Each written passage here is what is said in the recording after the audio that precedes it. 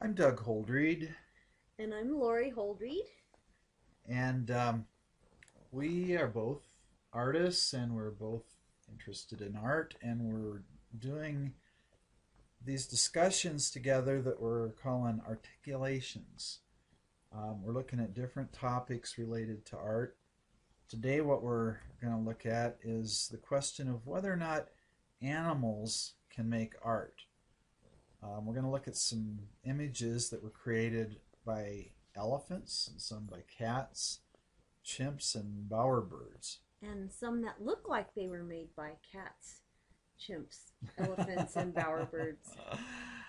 So here's an elephant in Indonesia doing a painting.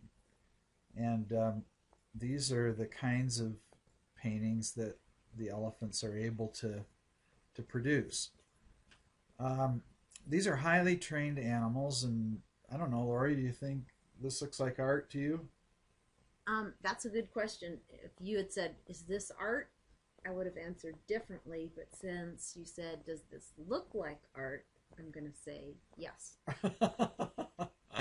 So if you just saw this and you didn't know where it came from, um, you might say it's not the greatest art in the world, but yeah, it's art. Right. Okay.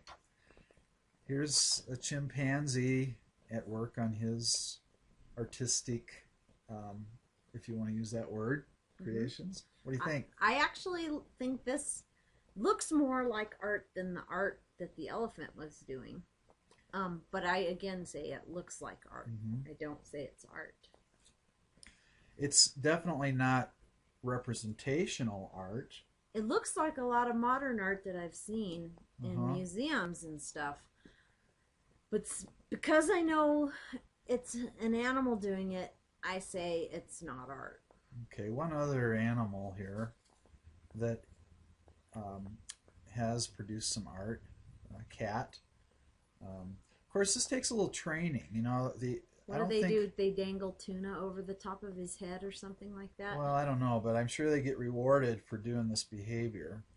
So it's not something they do completely on their own, spontaneously. A human trainer is involved in teaching them how to do this. Okay. So you said with the earlier one that yeah, it looks like art, but it's not art. Explain that. The fact that there's a human training the elephant to make certain strokes and loading a paintbrush and sticking it in the elephant's trunk and saying go.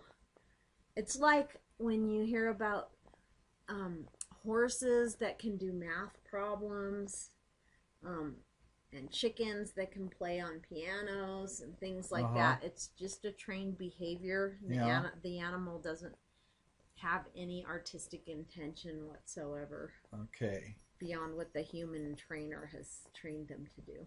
All right. But this next example, there's no human trainer involved. This one blows my paradigm Do you out know of about the. this? Yes, I do. What do you know about it? I know that these are bowerbirds, and I know that they intentionally decorate their nests in order to lure their mates, and their mate will reject them or choose them based on the aesthetic qualities of their Uh nests. huh. And so this one is very confusing for me. Yeah. It really is a whole different deal because the bowerbird is not. It's an instinctive thing, and it's how they attract mates. So, and they're not all the same. In other words, you can tell from these examples that different bowerbirds have different color motifs that they prefer, different objects that they gather, but they make these arrangements around the bower, which is that sort of shaped Roundy thing. twig thing, and then they go out and find decorations to I've arrange. read about these birds, and they even have like several layers. Like they have a pathway, and then they have some hanging things, and this isn't just one little structure. It's like several layers. Mm-hmm. that you have to go through, and each layer is decorated differently. And I mean, it's very intentional and it's very individual, bird to bird to bird. So to me, this is really art. I mean, it's no different from human art. I mean, humans are motivated to create art in order to attract attention to themselves, in order to win social rewards, which might be money or recognition or power within a particular social setting, which is essentially what these animals are doing. So, what's the difference? Well, like I said, this one is like on the borderline for me of tipping one way or the other. The only thing missing for me is that the viewer of the art and the producer of the art, usually in human art, the artist is conveying some vision, not just what you're looking at itself, but an underlying symbolic vision to the viewer of the art. But I know that not all art produced by human beings does that.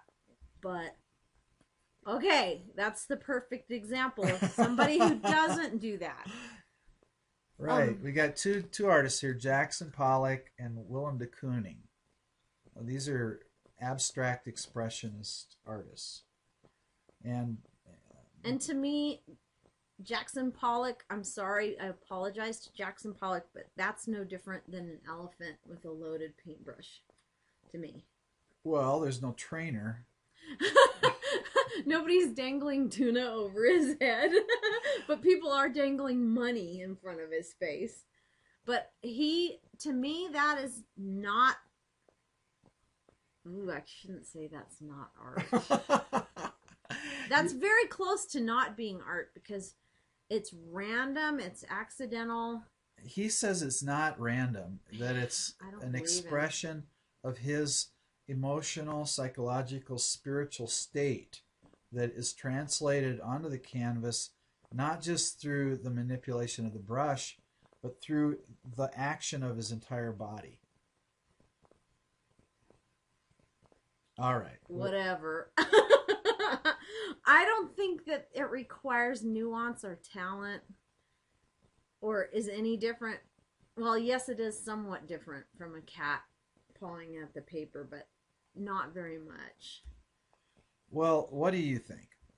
Is art done by animals no different from human art? Is its purpose to play and to mark identity and to attract a mate, just as the art of animals is? Or is art a uniquely human activity with higher meanings and higher purposes than animal art, which is simply the meaningless manipulation of paint?